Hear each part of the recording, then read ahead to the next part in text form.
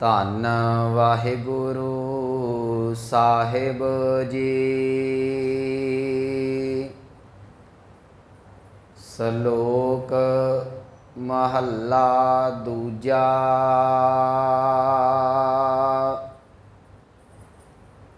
ਚਾਕਰ ਲੱਗੈ ਚਾਕਰੀ, ਨਾਲੇ ਗਾਰਬਵਾਦ। ਗੱਲਾਂ ਕਰੇ ਕਨੇਰੀਆਂ, ਖਸਮ ਨਾ ਪਾਏ ਸਾਧ।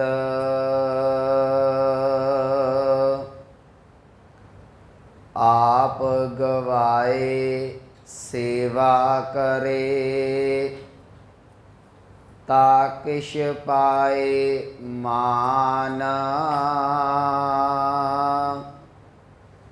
ਨਾਨਕ ਜਿਸ ਨੂੰ ਲੱਗਾ ਤਿਸ ਮਿਲੈ, ਲੱਗਾ ਸੋ ਪਰਵਾਨ।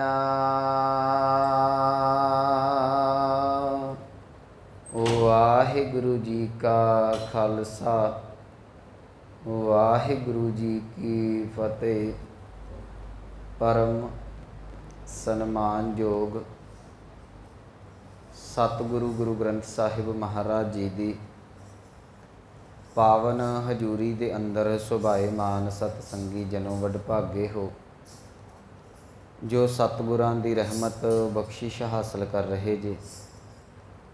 ਚੱਲ ਰਹੀ ਲੜੀਵਾਰ ਆਸਾ ਕੀ ਵਾਰ ਦੀ ਪਾਵਨ ਵਿਚਾਰ, ਜੋ ਆਪ ਜੀ ਨੇ ਅੰਮ੍ਰਿਤ ਬਚਨ ਸਰਵਣ ਕੀਤਾ ਏ। ਇਹ 22ਵੀਂ ਪੌੜੀ ਦੇ ਨਾਲ ਧੰਨ ਗੁਰੂ ਅੰਗਦ ਦੇਵ ਮਹਾਰਾਜ ਜੀ ਦੇ ਮੁਖਾਰ ਬਿੰਦ ਤੋਂ ਉਚਾਰਨ ਕੀਤਾ ਹੋਇਆ ਪਾਵਨ ਸ਼ਲੋਕ ਹੈ। 21 ਪੌੜੀਆਂ ਤੱਕ ਦੀ ਵਿਚਾਰ ਹੋ ਚੁੱਕੀ ਹੈ। ਅੱਜ 22ਵੀਂ ਪੌੜੀ ਦੇ ਨਾਲ ਲੱਗਦੇ ਸ਼ਲੋਕਾਂ ਦੀ ਵਿਚਾਰ ਆਰੰਭ ਕਰਨੀ ਹੈ। ਇਹ ਯਾਦ ਰੱਖਿਓ, ਇਸ 22ਵੀਂ ਪੌੜੀ ਦੇ ਨਾਲ 5 ਸ਼ਲੋਕ ਨੇ। 5 ਸ਼ਲੋਕ ਹੀ ਧੰਨ ਗੁਰੂ ਅੰਗਦ ਦੇਵ ਮਹਾਰਾਜ ਜੀ ਦੇ ਨੇ। ਅੱਜ ਸਤਿਗੁਰੂ ਜੀ ਪਹਿਲੇ ਸ਼ਲੋਕ ਦੇ ਵਿੱਚ ਇੱਕ ਚਾਕਰ ਦੀ ਪਰਿਭਾਸ਼ਾ ਦੇ ਰਹੇ ਨੇ। ਚਾਕਰ ਦਾ ਅਰਥ ਹੁੰਦਾ ਜੀ ਨੌਕਰ, ਭਾਵ ਅਰਥ ਕਰ ਲਾਂਗੇ ਸੇਵਕ।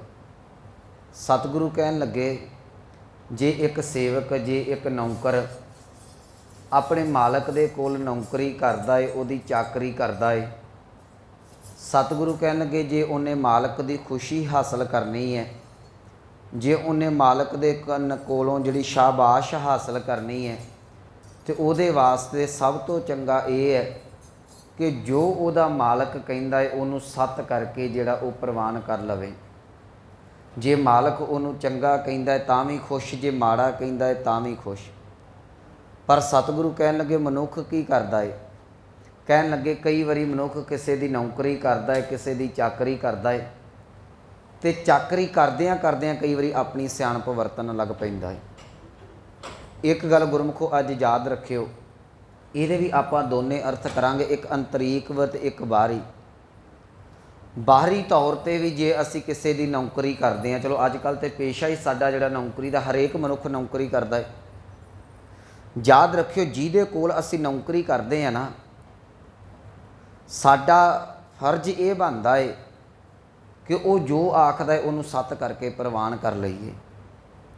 ਜਿਹੜੇ ਨੌਕਰੀ ਕਰਦੇ ਨੇ ਉਹਨਾਂ ਨੂੰ ਪਤਾ ਹੈ, ਜੇ ਤੁਸੀਂ ਆਪਣੇ ਮਾਲਕਾਂ ਦੀ ਜਿਹੜੀ ਹਰੇਕ ਗੱਲ ਨੂੰ ਸੱਤ ਕਰਕੇ ਮੰਨੀ ਜਾਓਗੇ ਤਾਂ ਉਹ ਲੰਮਾ ਸਮਾਂ ਨੌਕਰੀ ਚੱਲਦੀ ਹੈ। ਪਰ ਜੇ ਉੱਥੇ ਹੀ ਨੋਕਾ ਟੋਕੀ ਸ਼ੁਰੂ ਹੋ ਜਾਵੇ, ਝਗੜਾ ਵਾਦ ਵਿਵਾਦ ਖੜਾ ਹੋ ਜਾਏ, ਤੇ ਨੌਕਰ ਇੱਕ ਜਿਹੜਾ ਨੌਕਰੀ 'ਤੇ ਬਹੁਤਾ ਸਮਾਂ ਨਹੀਂ ਟਿਕ ਸਕਦਾ। ਸਿਆਣਿਆਂ ਨੇ ਅਕਸਰ ਬੜੀ ਸੋਹਣੀ ਗੱਲ ਇੱਕ ਕਹਿੰਦੇ ਹੁੰਦੇ ਨੇ, ਕਹਿਣ ਲੱਗੇ ਨੌਕਰੀ ਕੀ ਤੇ ਨਖਰਾ ਕੀ। ਨੌਕਰ ਨੂੰ ਹਰੇਕ ਗੱਲ ਮੰਨਣੀ ਪੈਣੀ ਹੈ।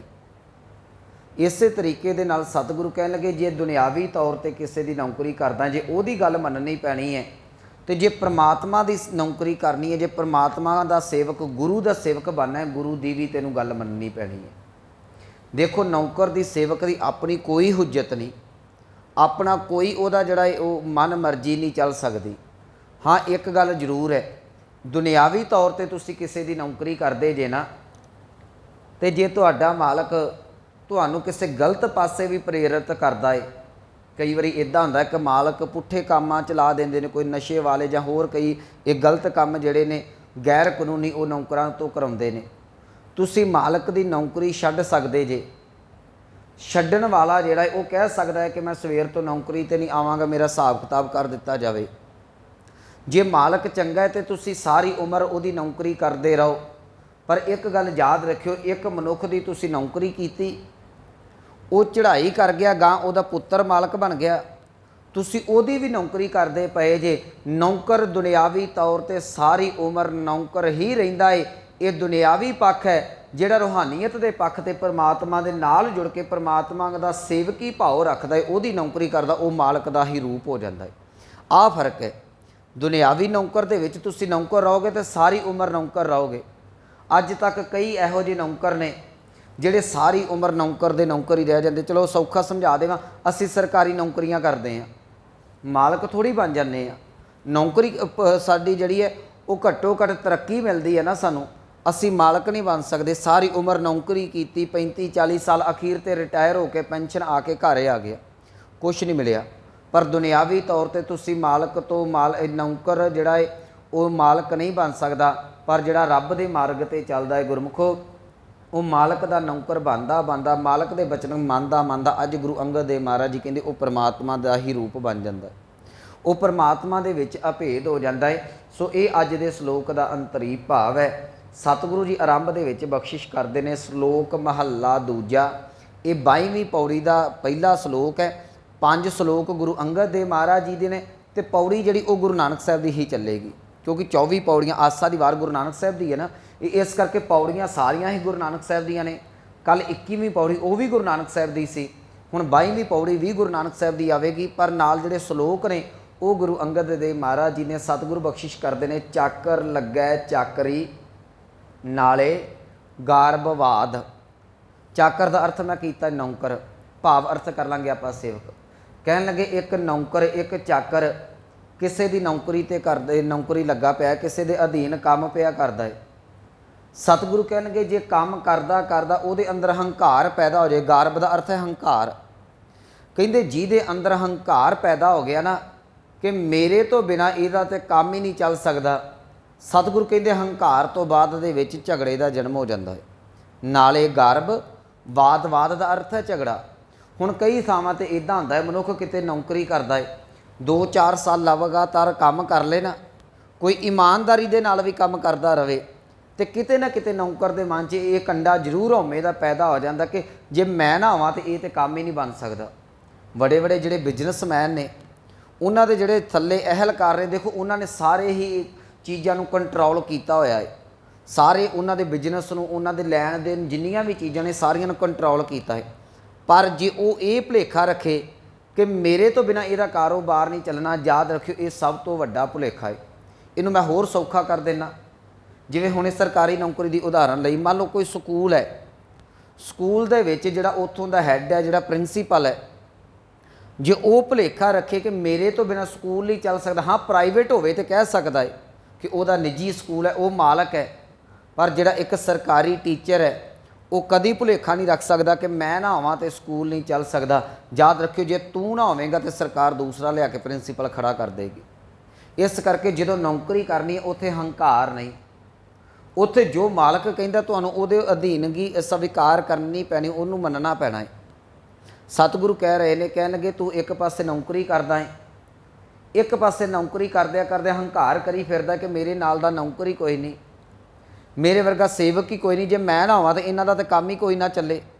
ਅੱਗੇ ਸ਼ਬਦ ਹੈ ਵਾਦ ਦਾ ਅਰਥ ਹੈ ਝਗੜਾ। ਹੁਣ ਜੇ ਕੋਈ ਆਣ ਕੇ ਉਹਨੂੰ ਸਮਝਾਉਣ ਦਾ ਯਤਨ ਵੀ ਕਰਦਾ ਹੈ ਨਾ ਕਿ ਤੂੰ ਮਾਲਕ ਦੇ ਕੰਮ ਨੂੰ ਕਰਦਾ ਹੈ ਤੇ ਧਿਆਨ ਨਾ ਕਰਿਆ ਕਰ, ਜਾਂ ਇੱਦਾਂ ਕਰਿਆ ਕਰ, ਤੇ ਸਤਿਗੁਰੂ ਕਹਿੰਦੇ ਫਿਰ ਉੱਥੇ ਉਹ ਝਗੜਾ ਸ਼ੁਰੂ ਕਰ ਦਿੰਦਾ। ਕਹਿੰਦਾ ਮੈਂ ਨਿਆਣਾ ਤੁਰਿਆ ਫਿਰਦਾ, ਮੈਨੂੰ ਪਤਾ ਨਹੀਂ, ਮੈਨੂੰ ਇੰਨਾ ਸਮਾਂ ਹੋ ਗਿਆ। ਸਤਿਗੁਰੂ ਕਹਿਣ ਲੱਗੇ ਇਹੋ ਜਿਹਾ ਮਨੁੱਖ ਜਿਹੜਾ ਹੈ, ਅੱਗੇ ਬਖਸ਼ਿਸ਼ ਕਰਦੇ ਨੇ, ਗੱਲਾਂ ਕਰੇ ਘਨੇਰੀਆਂ ਦਾ ਅਰਥ ਹੈ ਬਹੁਤ ਜ਼ਿਆਦੀਆਂ। ਕਹਿੰਦੇ ਗੱਲਾਂ ਬੜੀਆਂ ਕਰੇਗਾ, ਸਾਰਾ ਕੁਝ ਗਿਣਾ ਦੇਵੇਗਾ। ਹੁਣ ਜਿਹੜਾ ਜਿੱਥੇ ਮੰਨ ਲਓ ਅਸੀਂ ਰਹਿੰਦੇ ਹਾਂ, ਜਿਹਦੀ ਅਸੀਂ ਨੌਕਰੀ ਕਰਦੇ, ਸਾਨੂੰ ਉੱਥੋਂ ਦੀ ਹਰੇਕ ਜਿਹੜੀ ਹੈ ਉਹ ਇੱਦਾਂ ਕਹਿ ਲਈਏ ਰਗ ਤੋਂ ਅਸੀਂ ਵਾਕਫ ਆ, ਸਾਨੂੰ ਪਤਾ ਇੱਥੇ ਆਹ ਹੋ ਰਿਹਾ, ਆਹ ਸਹੀ ਹੈ, ਆਹ ਗਲਤ ਹੈ। ਪਰ ਆਣ ਕੇ ਗੱਲਾਂ ਦੇ ਹੀ ਪੁਲ ਬੰਨੀ ਜਾਵੇ, मालक दे नाल भी गल्लां करी जावे। सतगुरु कह लगे गल्लां करे घनेरिया, काम कोई ना करे, केवल तो केवल गल्लां ही करी जावे। खसम ना पाए साध, खसम का अर्थ है मालक, साध का अर्थ है जी ਉਹਦਾ प्यार, ਉਹਦੇ ਕੋਲੋਂ लाभ प्राप्त करना, ਉਹਦੀ खुशी। कह लगे वो अपने मालक का प्यार, मालक की खुशी हासिल ही कर सकता ਜਿਹੜਾ केवल तो केवल गल्लां पिया करता।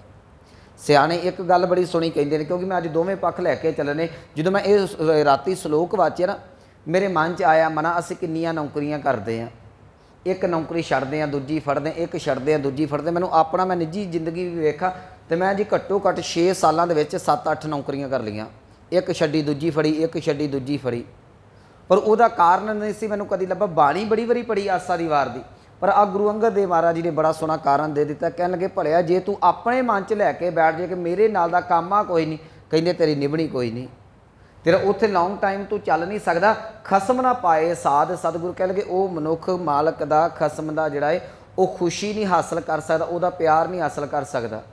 तो याद रखियो सियाने जिहड़ी मैं गल कहन लगा सी, एक गल कहिंदे हुंदे ने, कह लगे जिहड़ा अफसर है, जिहड़ा मालक है ना, ਉਹਦੇ सामने बहुता ना जाओ। तो ये मैं निजी तजर्बा किया। तुसीं किसी अपने मालक के सामने जो नौकरी करता, तुसीं ज़्यादा वो सामने फिरोगे ना, असी बेशक चंगे बनने की कोशिश करिए, अगले की निगाह च आ जाएगा मैं तेनों इनू तनख्वाह देना, ये तो वेला तुरया फिरदा है।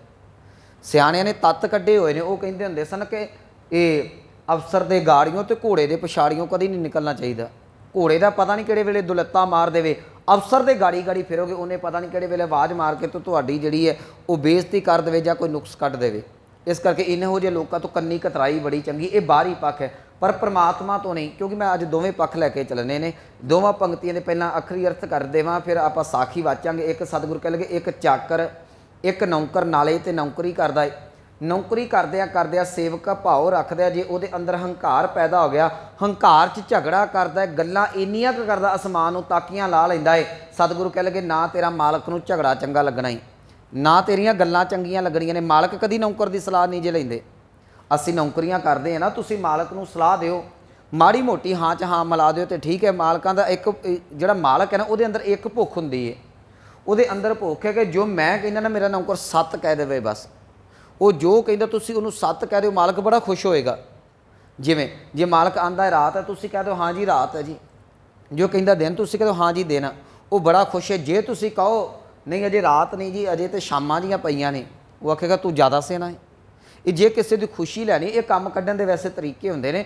ते सतगुरु अज समझा रहे हैं, कह लगे जे तू झगड़ा करदा है, केवल तो केवल गल्लां करदा है, तो हंकार करके बैठा है ना, गल्लां करे घनेरियां खसम ना पाए साध, तू उस मालक की खुशी नहीं लै सकदा।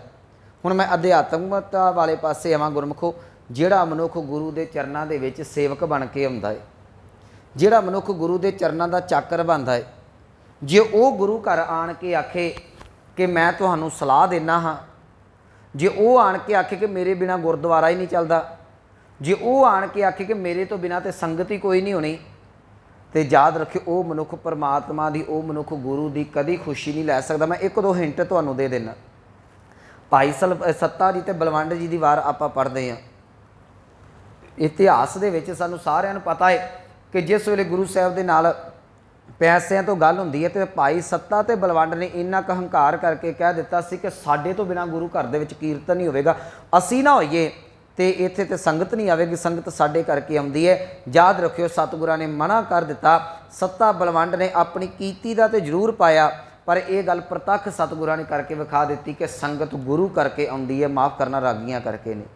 जे एक मेरे वर्गा प्रचारक, एक रागी ढाडी, एक ग्रंथी, एक सेवादार कहे कि मेरे तो बिना संगत नहीं बज सकती, याद रखियो संगत जरूर आवेगी। हाँ इन्नी क गल है कि जिस रागी ढाडी दे नाल प्रचार प्यार है संगत का, वो थोड़ा जिहा रस करके कोई वध टिकदा है, कोई घट टिकदा है, पर इहदे नाल कदी जिहड़ा वो गुरु घर नूं फर्क कोई नहीं पैंदा।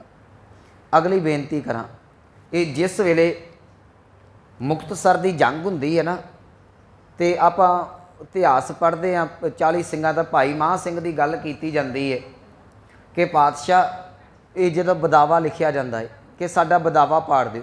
ये असल जिहड़ा बदावा सी ना, ये रामेआणे की धरती ते लिखिया गया सी।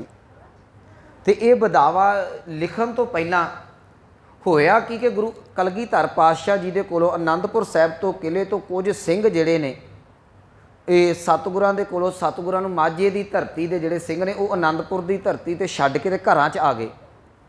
ਘਰਾਂ 'ਚ ਆਏ, ਚਲੋ ਕੋਈ ਬਿਮਾਰੀ ਕਰਕੇ ਆ ਗਿਆ, ਕੋਈ ਭੁੱਖ ਕਰਕੇ ਆ ਗਿਆ। ਉਧਰ ਆਨੰਦਪੁਰ ਸਾਹਿਬ ਦੇ ਵਿੱਚ ਘੇਰੇ ਪੈ ਗਏ ਤੇ ਚਮਕੌਰ ਦਾ ਜੰਗ, ਸਰਹੰਦ ਦਾ ਜੰਗ ਜਿਹੜਾ ਸੀ ਉਹ ਸਾਕੇ ਵਾਪਰ ਗਏ। ਇੱਧਰ ਝਬਾਲ ਦੀ ਧਰਤੀ ਦੇ ਇੱਕ ਸਲਾਹ ਕੀਤੀ ਜਾਂਦੀ ਹੈ ਕਿ ਗੁਰੂ ਪਰਿਵਾਰ ਦਾ ਕੀ ਹਾਲ ਹੈ। ਪਤਾ ਲੱਗਦਾ ਹੈ ਕਿ ਸਤਿਗੁਰਾਂ ਦਾ ਪਰਿਵਾਰ ਜਿਹੜਾ ਉਹ ਸਾਰਾ ਖਤਮ ਕਰ ਦਿੱਤਾ ਗਿਆ ਹੈ।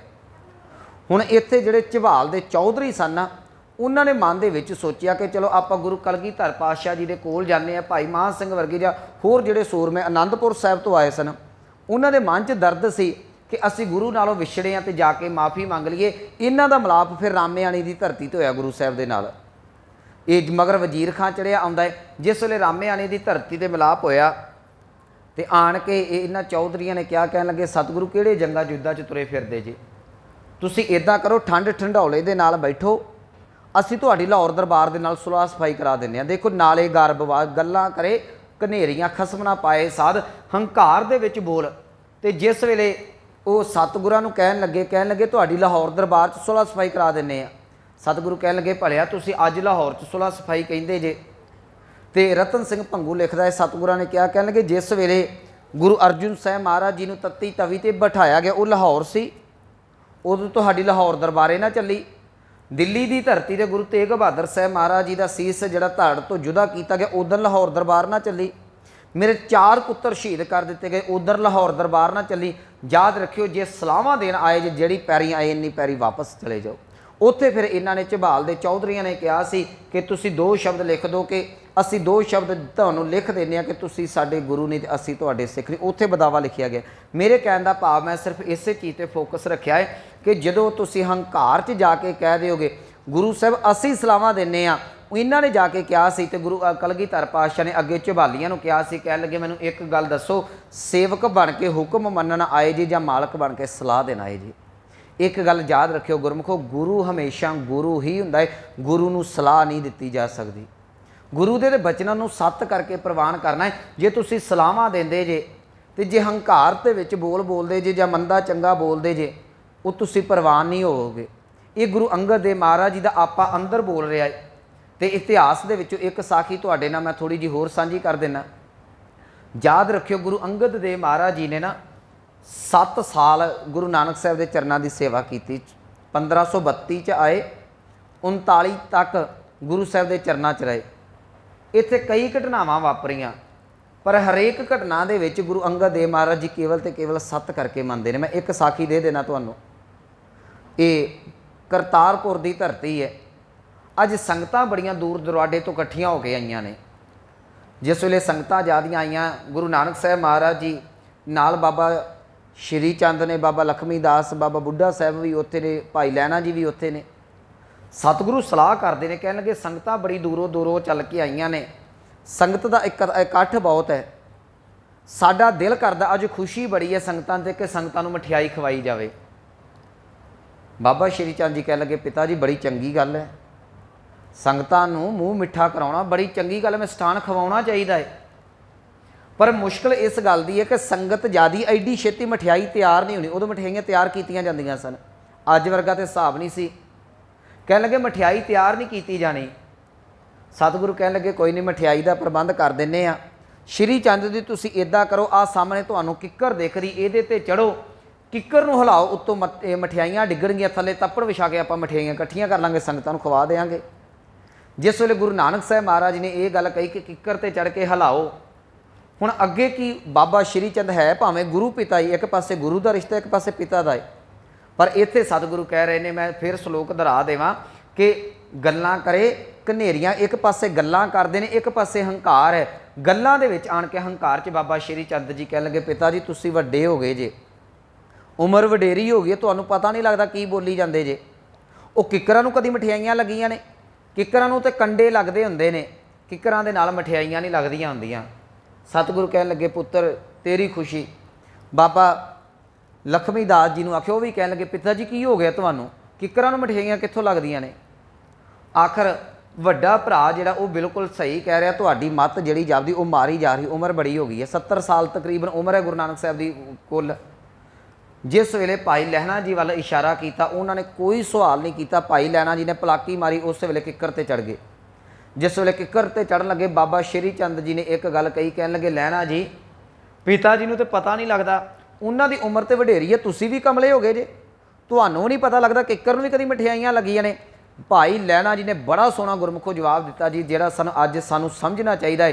भाई लहणा जी ने कहा सी किकर नूं मठियाइयां लगन जां कंडे लगन, मेरा इस गल नाल कोई मसला नहीं, मेरा मसला गुरु साहब के हुक्म मनण दे नाल है। जे गुरु ने कहा है तू किकर नूं हिला मठियाइयां डिगणगियां, मैं किकर नूं हिलाउणा है, मठियाइयां डिगण जां ना डिगण ये गुरु का काम है। चाकर लगे चाकरी नाले गारबवाद गल्लां करे कनेरियां, खसम ना पाए सद। अनेकां सतगुरां दे जीवन दीयां घटनावां ने, लोटा चिकड़ च डिगदा है। बाबा श्री चंद गुरु नानक साहब महाराज जी कहते हैं, श्री चंद बेटा जी आ लोटा कढ़ लिओ। कह लगे इन्ने नौकर रखे ने, आ लहणे वर्गे की करने ने आपां, ये कादे वास्ते सिख ने जे लोटे असी कढ़ने ने। गल च चिकड़ दे लोटे दी नहीं सी, गल ते हुक्म मनण दी सी। मेरी बेनती है गुरमुखो, पुत्रा ने भी अमृत बाणी का बचन है, पुत्री कौल ना पालियो। जे पुत्रा ने भी गल ना मनी, आखिर गुरु नानक साहब ते गुरता गद्दी नहीं दिती। जे अज वाला सिस्टम हुंदा डेरावाद दा, ते गद्दी शायद बाबा श्री चंद को चल जाती, पर इत्थे गद्दी ते हुक्म नूं मिलनी सी ना, जिहड़ा सत्त करके मिलदा गुरु घर दा। ये बड़ा नवेकला सिद्धांत अज तक का यह सिद्धांत है। कोई भी गुरु घर च आवे, मैं बड़ी वारी कहा है, अमृत बाणी नूं कोई भी पढ़े, कोई भी नाम जपे, किसी जात किसी फिरके का किसी मजहब का होवे, जिहड़ा आण के विभावना नाल बैठदा वो झोलियां भर के लै जांदा है। साडे वर्गे कई बारी इत्थों हंकार दे बोल बोलते रह जाते हैं, असीं खाली दे खाली रह जाते हैं। मैं तो ना कई बारी अपने जो निजी जिंदगी झाती मारदा, मैनूं इउं लगदा असीं साइन बोर्ड हुंदे, जिवें तुसीं रस्ते च जांदे साइन बोर्ड देखदे जे ना, किते लिखिया कि आ रस्ता इन्ने किलोमीटर है, इत्थों खब्बे मुड़ जाओ, इत्थों सज्जे। वो साइन बोर्ड का काम है, वो उस साइन दे के केवल तो केवल रस्ता दसदा है। बड़ी चंगी गल है, रस्ता दसना चाहिए है, पर वो एडा क बदकिस्मत है साइन बोर्ड। तुसीं कईयां नूं जंगाल लगा वेख्या होवे, वो बेचारे उत्थे दे उत्थे गल जांदे ने, अपनी मंजिल ते नहीं पहुँचते। साडे वर्गे जिहड़े रब दी शरधा तो हीने ने, कई बारी असीं राह ही लोकां नूं दसदे रह जाने, भाई इदां रब नूं जप लो, इदां जप दो, असीं आप उत्थे दे उत्थे ही होके उत्थे खत्म हो जाने। ये याद रखियो, इत्थे मसला पढ़न दा नहीं, इत्थे मसला भावना दा है। हुण जे उत्थे बाबा श्री चंद ने गल नहीं मन्नी, लखमी दास ने गल नहीं मन्नी, तो गुरता गद्दी नहीं कोल गई, क्योंकि खसम ना पाए साध, वो खसम दी वो मालक दी अपने पिता धन गुरु नानक साहब महाराज जी दी वो खुशी नहीं प्राप्त कर सके, खुशी भाई लहणा जी नूं मिलदी है। मैं गल नूं नेड़े रखां गुरमुखो, मेरे कहण दा भाव इन्ना क है, सतगुरु बख्शिश करदे ने, जे तू एक पासे नौकर बन के नौकरी कर रहा ना, तो तेरा फर्ज है जो मालक कहंदा है उन्होंने सत्त करके मन ला। आ गुरु अंगद देव महाराज जी की साखी बड़ी सोहनी साडे जीवन च आवेगी। अज साडे प्रचारक इनू बड़ा साखी नूं खिच्चदे है। एक कहंदा जी नहीं किकर हलाई तो मठियाइयां डिग पईयां, दूजा उत्ते तर्क ठोकी जाता है, कहंदा किकर नूं मठियाइयां नहीं लग सकदियां, ये साखी झूठी है। मैं कहना असीं दोवें कमले तुर फिरदे, एक कहंदा मठियाइयां डिग पईयां, एक कहंदा मठियाइयां डिगियां नहीं। जिहदा जवाब ही गुरु अंगद देव महाराज जी ने दे दिता भी गल तो हुक्म मनण दी सी, मठियाइयां डिगण जां ना डिगण असीं इस विषय दे विच नहीं पैना। बस इस मसले नूं असीं वेखना, इहो भावना वेखनी है कि गुरु ने जो कहा वो असीं मनना है, बाकी गुरु ते छड्ड दिओ। अमृत बाणी कहती है भी तू गुरु की गल नूं केवल तो केवल तेरा फर्ज ये है, तो गुरु के चरणों के विच रह के उहदे वचनों नूं सत्त करके मन ला, बाकी जो गुरु करेगा वो गुरु समर्थ, वो कुछ भी कर सकदा, तू शंका ना कर। इत्थे सतगुरु समझा रहे ने, कह लगे चाकर लगे चाकरी, एक नौकर नौकरी करदा, एक सेवक सेवकाई करदा है, नाले गारबवाद ते आण के गहंकार दे बोल बोलदा है, झगड़ा भी करी जांदा है। ये याद रखियो गुरु घर च बड़ा है। मैं एक बेनती करा गुरमुखो, सेवा सिख नूं करनी चाहिए है। जो पौड़ी आई सी ना सेव की संतोखई, आप बड़ी डिटेल दे नाल वाचिया सी, सेवा बहुत जरूरी है, पर माफ़ करियो सेवा करके जे हंकार पैदा हो गया ना, वो सारी कीती कराई खूच पै जाती जे। मैं उदों उदाहरण दी सी, अज फिर उदाहरण दे दिन, तुसीं दुध इकट्ठा करो, आ जिहड़े दुध चोंदे ने उन्होंने पता होगा, आ कलाइयां साड़ियां भर जांदियां जी, पीड़ नाल दुध चोना सौखा नहीं। आ जिहड़े शहरां वाले कहिंदे ना भी दुध इन्ना रेट करता, बंदे दी जान निकल जाती दुध चोन लग्या। आ सियाल च मीहां च पट्ठे पाउणे बड़े औखे ने। कोई दुध चोंदा है, मान लो मझ गां चो के 8-10 किलो दुध इकट्ठा किया, एक निंबू नचोड़ दे सारे दे सारे दुध का सत्यानाश हो जाता जी। वो बेचारे का वो दुध चोंदे चोंदे दा बस हो जाती है बावां दी। कई बारी डंगर जिहड़े वो लत्त मार देंदे ने, बड़ा गुस्सा चढ़दा सानूं जो कोई डंगर लत्त मारदा ना, भी मैं मर गया अद्धा घंटा हो गया चोंदे ना, लत्त मारी सारे का सारा रोड़ दिता। याद रखियो मनुख सारी उम्र मेहनत करदा मर जाता है, सवेरे शाम सेवा करता है, हंकार आया बस कीता कराया खूच पै जाता, बाद बह के खिजदा मैं की कर लिया, सारे का सारा गवाच गया। वो ताइयों गवाचदा है। एक छोटा जिहा निंबू क्विंटलों के क्विंटल दुध का सत्यानाश कर देंदा। छोटा जिहा हंकार याद रखियो तुहाडी कीती हुई सेवा भी खूच फड़ के सुट देंदा जी। सतगुरु कह लगे चाकर लगे चाकरी, जे तू नौकरी करनी है, जे सेवक बन के सेवा करनी है ना, नाले गर्भवाद हंकार ना करी। दूसरी बेनती वाद, वाद का अर्थ है झगड़ा। देखी गुरु घर च आण के कभी झगड़ा ना करी। मैं ये प्रथा जरूर, क्योंकि आप आईडी तो गड्डी चढ़ना नहीं, मेरे मन च आप इनू समझ के चलीए जो गुरु साहब कह रहे हैं। हुण कई थावां ते इदां हुंदा असीं सेवा करते हैं तो जिहड़े रोज़ आण के सेवा करते ना, जिवें कुछ साडे गुरु घर ने जिथे सेवा का प्रबंध किया होया, वड्डे गुरु घर ने, शहीदां साहब, दरबार साहब हो गया, छाटा साहब हो गया, जिहड़े अपने को लागे लागे ने। इत्थे तुसीं वेखो कुछ पक्के प्रेमी ने, उन्होंने बद्धा होया कि इत्थे मैंयों ही सेवा करनी है।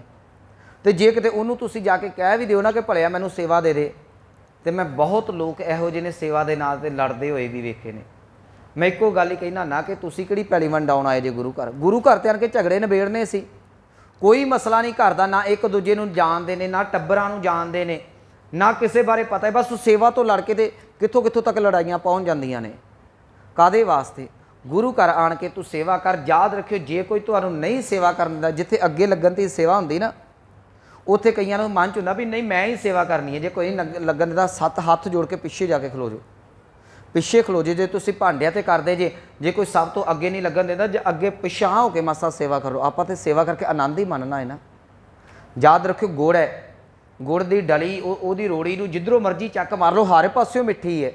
तुसीं सेवा करनी है, जे कोई अगे नहीं लगन देंदा उहनूं उत्थे छड्ड के पिछे आण के सेवा कर लो। जे तुसीं झगड़न लग पे तो मेरा निजी तजर्बा है, याद रखियो ना तुहाडा मन लगना है, वो अगला तो सड़िया सड़िया, तुसीं आण के हफ्ता मन च खिजदे रहोगे। जिन्हें कोई बाज गल कीती ना सेवा करनी, तुसीं सारी उम्र कहते रहना भरावा मैं सेवा करन गया सी, उत्थे ते लड़दे पए ने। सारी उम्र आपां खेप पाउंदे रहांगे सिर ते।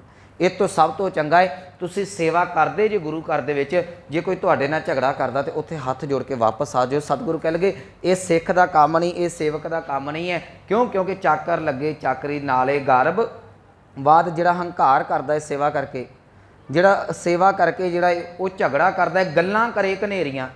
हुण मैं इहो जिहे बड़े निजी सेवक वेखे ने जिहड़े बड़ियां गल्लां करदे ने कि असीं ते आह कर देंगे सेवा दे नाल, आह कर दांगे, साडे बिना सेवा ही नहीं हो सकदी। सतगुरु कहंदे बड़ियां गल्लां करदे ने, पर गुरु नूं जाके पुछो। सतगुरु कहण लगे खसम ना पाए साध, कहंदे ये तेरा फिजिकल वर्क गिनिया जा सकदा है, तू आण के सेवा की, पर परमात्मा की खुशी नहीं। परमात्मा की खुशी कदों मिलती है? गुरु ग्रंथ साहब की बाणी पढ़ो, कह लगे सतगुर की सेवा सफल। अहीं इत्थों तक ही पढ़ते हैं, अगे किन्ने पढ़ना? कह लगे सतगुर की सेवा सफल है। तू आण के सेवा की, बड़ी चंगी गल है, पर सफल तां नहीं है जे करे, जे को करे चित्त लाए। जे तेरा चित्त जुड़ गया, चित्त तो तेरा हंकार च खलोता रहा, चित्त तो तेरा जिहड़ा वो झगड़े दे विच खलोता रहा, चित्त जिहड़ा तेरा वो वाद विवाद दे विच खलोता रहा, सेवा कित्थों सफल होनी सी? ये बड़ियां भैड़ियां बीमारियां जी सेवा दे विच। मैं पिछले दिनां च भी कहा सी, असीं सेवा करते हैं ना, तो सेवा करते कई बारी कईयां नूं आदत हुंदी है, वो फूक छकाई जाणगे बल्ले बल्ले तेरी बड़ी सेवा। वो भी जिहड़ा कंडा तुहाडे अंदर फड़ के कोई मार दिंदा ना तेरी बड़ी सेवा, वो भी सेवा तुहाडा मन नहीं लगन देंदी। मैं चलो दरबार साहब सेवा करन जाना सा, मैं मेरे नाल बड़ी बारी इदां होना, किसी ने आण के फूक छका देनी, बाबा जी बड़ी सेवा तुहाडी। वो सारी दिहाड़ी अंदर इहो कंडा चुभदा रहना, वाकई मना सेवा बड़ी है। फिर मैं किते रात नूं किते वेला बहना सोचना भी सारी दिहाड़ी आण के इन्नी मेहनत भी मारी, पल्ले की पजया, पल्ले ते हंकार ही गया कि मना तेरे नाल दा सेवक कोई नहीं। सतगुरु कहंदे नहीं, जे परमात्मा की खुशी लैनी है ना, एक गल चेता रखी, जिहड़ा मनमुख मनुख है। मैं अमृत बाणी के बचन कह के समाप्ति करा, बाकी आपां कल वाच लांगे। अमृत बाणी का बड़ा प्यारा बचन है, जिहड़ा ते मूर्ख मनुख है ना, जिहड़ा हंकार च डुब्बिया है, कहंदा मैं सेवा करदा, मैं वो करदा है, उहदे बारे गुरु अमरदास महाराज जी कहंदे हम किया हम करेंगे, हम मूर्ख गावार। जिहड़ा कहंदा मैं कीता है, मैं ही कर सकदा, मेरे तो बिना किसी को काम नहीं होना। गुरु घर दी सेवक, गुरु घर दा जिहड़ा सिद्धांत है वो कल्ले वास्ते नहीं। हम किया हम करेंगे, हम मूर्ख गावार। कह लगे करने वाला विसरिया दूजे भाए प्यार। कहते मूर्खा करन वाला जिहड़ा परमात्मा तेरे विच वड़ के करा रहा सी, उहनूं ते तू भुल बैठा ते तैनूं परमात्मा भुल के माया दे नाल प्यार पा गया। तेरे वर्गा मूर्ख कोई नहीं। एक गल याद रखियो, परमात्मा किसी दे विच विचर के सेवा ते जरूर लैंदा है, पर यह मन च सोचना कि मैं ही सेवा कीती है, वो सतगुरु कह लगे खसम ना पाए सद, वो मालक दा प्यार नहीं।